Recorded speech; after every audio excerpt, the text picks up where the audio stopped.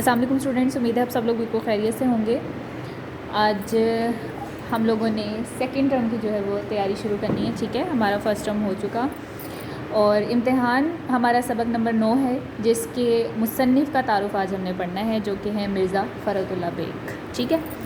مرزا فرحت اللہ bag کے بارے میں ہم پڑھیں گے، ان کی زندگی کے بارے میں، ٹھیک ہے، پیدائش کے بارے میں، پھر انہوں نے کہاں سے پڑھا، اور پھر ہم پڑھیں گے کہ وہ کس طرح سے لکھتے تھے، ان کا اسلوب بیان کیسا تھا، یعنی کس طرح سے وہ بیان کرتے تھے۔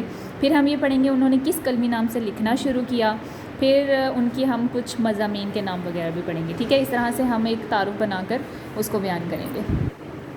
تاریخ پیدائش ہے کہ 1883 اور تاریخ وفات ہے 1947۔ مرزا فرحت اللہ بیگ دلی میں پیدا ہوئے اور سینٹ اسٹیفن کالج دلی سے BA کیا۔ زمانہ طالب علمی میں ڈرامے اور کرکٹ کا شوق رہا۔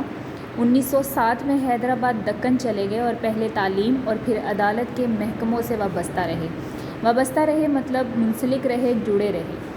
وہ ترقی کرتے کرتے ہوم سیکرٹری کے عہدے تک پہنچے، جہاں سے ریٹائرڈ ہوئے اور پینشن حاصل کی۔ انہوں نے حیدرآباد ہی میں وفات پائی۔ مرزا فرحت اللہ بیگ کا طرز تحریر یعنی لکھنے کا انداز سادہ تھا اور پرلطف ہے۔ وہ بڑے شگفتہ یعنی شائستہ انداز میں دلی کی خاص زبان لکھتے ہیں۔ ان کے اسلوب میں تصنع اور بناوٹ نام کو نہیں، تصنع کا مطلب بھی بناوٹ ہی ہوتا ہے، ٹھیک ہے، یعنی خود سے کوئی چیز بنانے کی کوشش کرنا، ایسا نہیں تھا ان کی تحریروں میں، بلکہ خود بخود جو ہے وہ ایک اچھی تحریر جو ہے وہ بن جاتی تھی۔ اور دلی کی خاص زبان استعمال کرنے کا مطلب یہ کہ دلی اور لکھنؤ جو ہے اس وقت بہت مشہور تھے۔ لکھنؤ کا جو انداز تھا نا، اس میں الفاظ جو ہیں وہ مشکل استعمال کیے جاتے تھے، ٹھیک ہے، اور بات کو بنا کر استعارے اور تشبیہ وغیرہ استعمال کر کے اس کو ایک مشکل تحریر جو ہے وہ بنا دیا جاتا تھا۔ لیکن دلی جو ہے وہ سادہ اور سلیس زبان اس کی سمجھی جاتی تھی دلی کی، اور لہٰذا مرزا فرحت اللہ بیگ کی تحریر میں ہمیں جو خاص زبان ملتی ہے وہ دلی کی ہے۔ آگے پڑھتے ہیں جی۔ مزاح کی چاشنی ان کی تحریر میں خاص لطف دیتی ہے۔ مزاح کی چاشنی مطلب مٹھاس۔ بقول رشید احمد صدیقی یعنی رشید احمد صدیقی کہتے ہیں، فرحت کے اسلوب کی یعنی ان کے انداز بیان کی خوبیاں نمایاں خوبی فکروں کا اختصار ہے یعنی مختصر ہونا ہے، چھوٹے ہونا ہے۔ وہ چھوٹے چھوٹے فکروں سے رواں دواں عبارت کا جادو جگاتے ہیں۔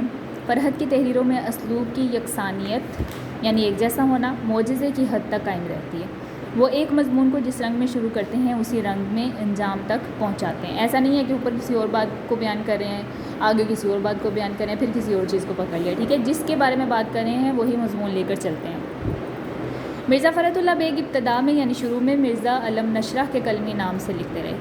بابائے اردو ڈاکٹر مولوی عبدالحق اور عظمت اللہ خان نے ان کی ہمت بڑھائی اور وہ اپنے اصل نام سے لکھنے لگے۔